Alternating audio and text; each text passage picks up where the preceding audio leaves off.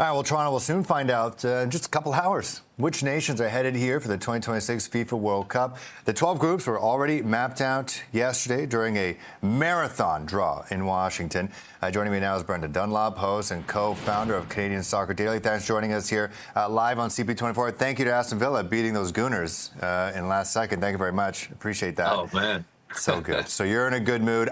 Who isn't in a good mood if you're a footy fan in this country? Firstly, do you want to recap the draw that was yesterday, despite whatever you want? Some people say hashtag cringe the whole time, but hey, it's here now. It's just a couple months away. 2026 World Cup, Canada, U.S., Mexico. What's your take on the draw thus far? You're going to give me the tall task of summarizing 30 seconds of that Donald Trump fronted spectacle into a quick hit. Well, my man, I'll do it for you. It was a show. It always is with FIFA. It was great to see some of the nods to the past, and I did love the nods to the North American sports. And while Wayne Gretzky will be criticized for having never traveled to Curacao, I know that Wayne Gretzky and so many Canadians will really sink their teeth into the sport, and many for the very first time, which is pretty special. Absolutely. And when you look at the way that the draw shakes out, as you mentioned, I mean, seeing everyone was worried to see who Canada would get from pot 4. Everyone was afraid of the potential of Italy. Look, as Torontonians, as people who live in this city, as people who want to see this city have a fantastic World Cup experience, having Italy play in Toronto at BMO Field would be phenomenal. Now, it would be unfortunate if it is against Canada and it ends up being a wave of blue as opposed to a sea of red, but it would be amazing just to have the Azzurri in the tournament because they haven't qualified for the last two, and they still have to get there. You know, it could be Wales, it could be Northern Ireland, it could be Bosnia instead playing against Canada, but we'll have to wait and see for that. At least we know the other two teams, and to be honest, you look at the possibilities that it could have been. Getting Qatar and getting Switzerland, I think, put Canada in a really, really good situation, Phil. Right, no doubt. Yeah, leading up to this on TSN, a lot of people say you don't want Norway or anyone like that. So once that ship had passed, you don't want Erling Haaland, taking on this country. But yeah, with Italy, that seems to be, at least on social media, on X, which is not a real place, I must add. That seems like a done deal. Oh, Italy taking on Canada in the first match at BMO Field. But like you said, it's not exactly a done deal. They still have to get through Wales, Northern Ireland, and Bosnia as well. It could be a tough task for the Italians, who you just mentioned. They're not the same, Italy team that won the World Cup just a couple of years ago. Yeah, no, it's not. I mean, having won the Euros in between not qualifying for 2 World Cups, this is a team that's very much struggling, albeit they had a much better World Cup qualifying campaign than you would think, and seeing them in the playoffs.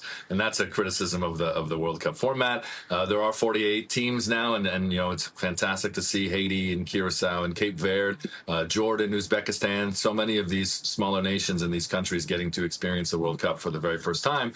But for Europe, it does mean that you get these anomalies in these situations like this, where you have Italy 12th ranked in the world, and they drawn out of pot 4, as opposed to what would have been pot 1 being one of the top 12 ranked teams in the world is how it shook out for Canada, the United States, and Mexico there. So I think that Canada's in a very good situation regardless, as we've seen this team take tremendous steps.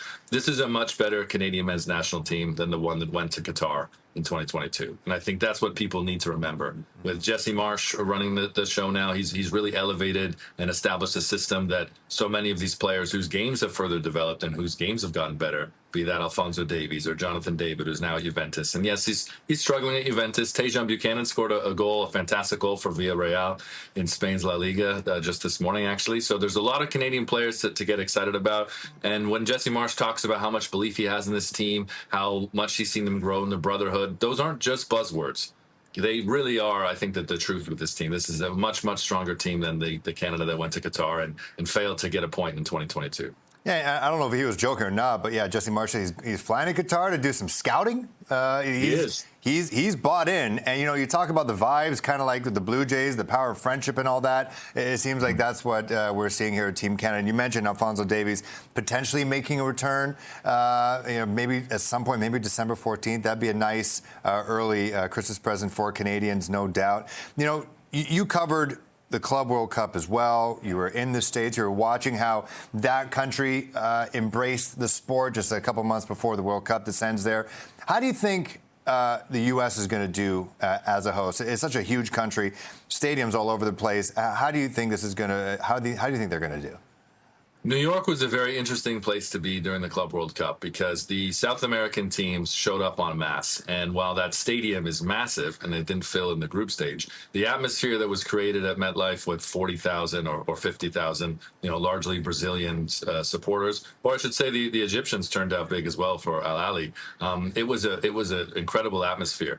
But you didn't feel it outside of the stadium. Like, you really didn't feel it in the city. And the Club World Cup is different. I mean, we've seen, even with tournaments in the middle of the night or with the Olympics, that Americans do sink their teeth into it, particularly if Americans are doing well, if America is doing well. Mm-hmm. But this will be a very interesting tournament. You've got, an older Messi and an older Ronaldo. They're still very much the faces of soccer, I think, for a lot of Americans. And how well Argentina and Portugal do, I think will have a big factor on how we measure the success of this tournament.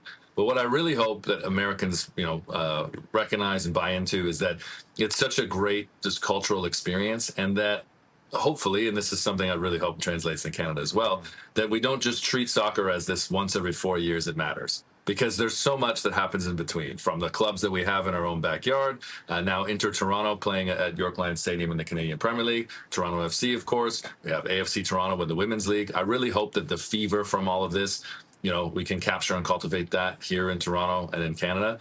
But in the United States, I think there's a real opportunity for soccer to become that big five. And when we talk about, even in the draw and celebrating the big four with those athletes from all the other four North American sports, it should be a big five. And 26 is that moment to really cement it. And I don't think it's all tied to how well the Americans do, but let's be honest, there will absolutely be comparisons between Canada and the United States, and if Christian Pulisic can take them to a quarterfinal, I think that would be incredible. As for Canada, I think that the expectation now, you see how the group shakes out.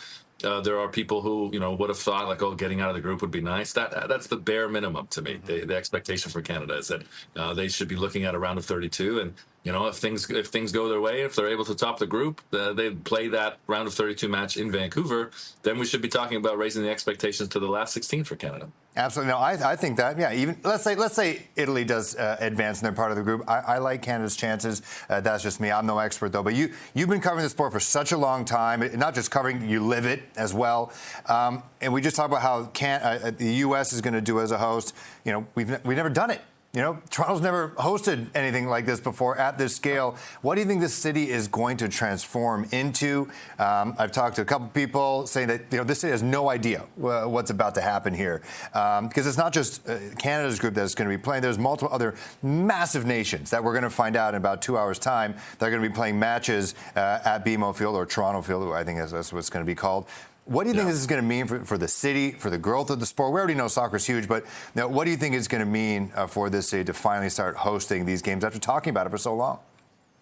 This city is not ready for it. They're absolutely right. I think that, and anyone who's ever driven in this city and complained about the infrastructure in this city, that's only going to be elevated during this tournament.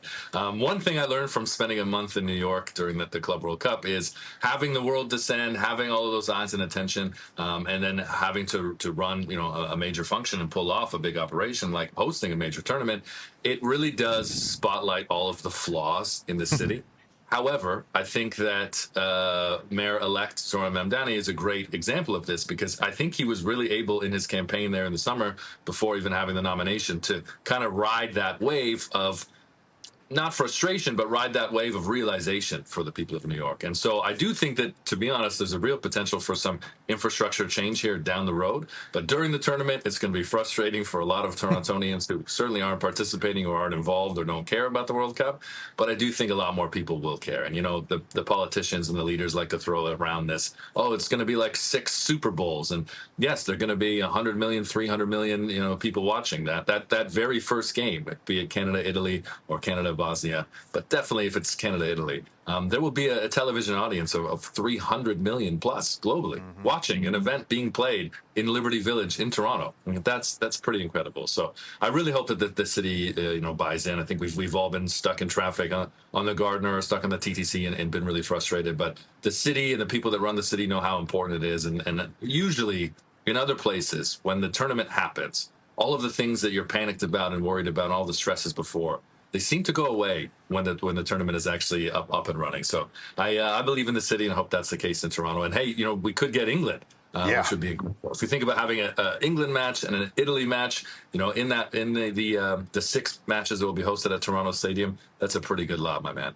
Yeah, exactly. And that's why I try to remind people, the group doesn't mean that's the only group that's playing at the X grounds. Like that is the part of the Eastern time zone group or wherever. And then you could potentially have 1 or 2 England matches here. And I put it on Instagram, like that will be bonkers if the 3 Lions show up in Toronto.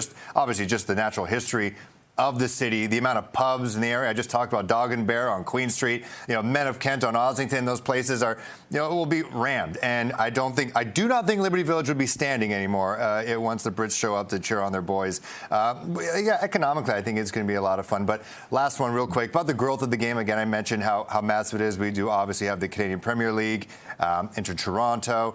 What's it going to mean for the growth of this game when people are going to see it basically plastered all over the place?